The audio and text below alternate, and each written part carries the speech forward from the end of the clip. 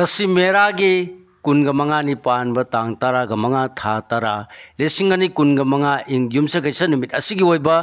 rasifal miyam da pijari mes rasifal thajadaba oijaba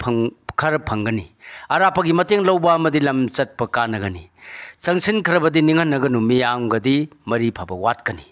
lecha pakhang yoina ningba mapa saroi thoni polam leinapu kismis bris rasifal Anuba thorum puning hena sangba madikanaba miyamna hanagum nungsibiba numini thona phudokpa yagani marup nadi yengshille lecha pakhang yoina mari phagani thoni polam leisini angangba mithun rasigi phal anam tan ganu amadi asauba uthokanu hairabadi aphaba mingsat phangani lai guruna chanbibana pangamdaba thabak pangani lecha pakhang yoina yaka yengna wa ngangu thoni polam leya sangba kismis Karkara sigi phal mini kai khumnabiba haksang nungaiba amadi anuba asa lakpa numini akhang ngai sabadi amadi mitop thajarabadi mangani lecha pakhang gi oina ningba thungani thoni polam leihigo singara sigi phal asumba amadi miyamga loinana satpana mai pakataba numini anam talabadi naranda tainagani nolongna chatlu huran banasu tathi lecha pakhang gi oina nungsi maridi yamna phai thoni polam leihigo kanya rasigi phal khusau thana thopang ba yagani miyamna yaba makhoiga loinaraga thabaksing mai pakpa leigani asawba amadi napanadi tathi lecha pakhang yoina ningjaba thungani thoni polam leisini angangba tula rasigi phal khoirangba phatharabadi thabak pangani apha punaba leramba phaba amadi oje oithak phangadaba numini arang arak chi cheksillu lecha pakhang yoina ningba mapa sagani thoni polam lei angangba brisik rasigi phal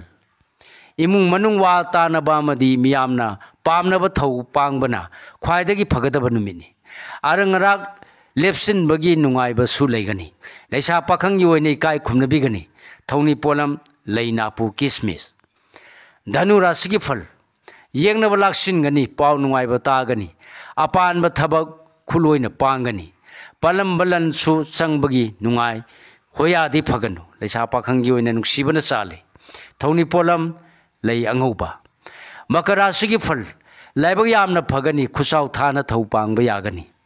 maruma pangna su san bigani wanom thaunom kanagani matam manghalanu lecha pakhang gi oina nungsiba phangjai thoni polam lei angangba kumbara sigi phal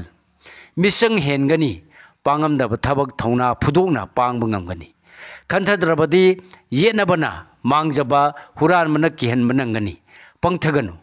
lecha pakhang yoina ningba thungani thoni polam leihigo minara sigi phal miwa thajaraba ngaingamdraba amadi hoya phabana matam mangani thauram khudingda anirak khanthau amadi akhang ahegi pautak ngayo lecha pakhang yoina matam kharalo thoni polam lei asangba kismis matang aside lojari mayam da pijaba ngasigi oiba rasifal punokpu amukana khurumjari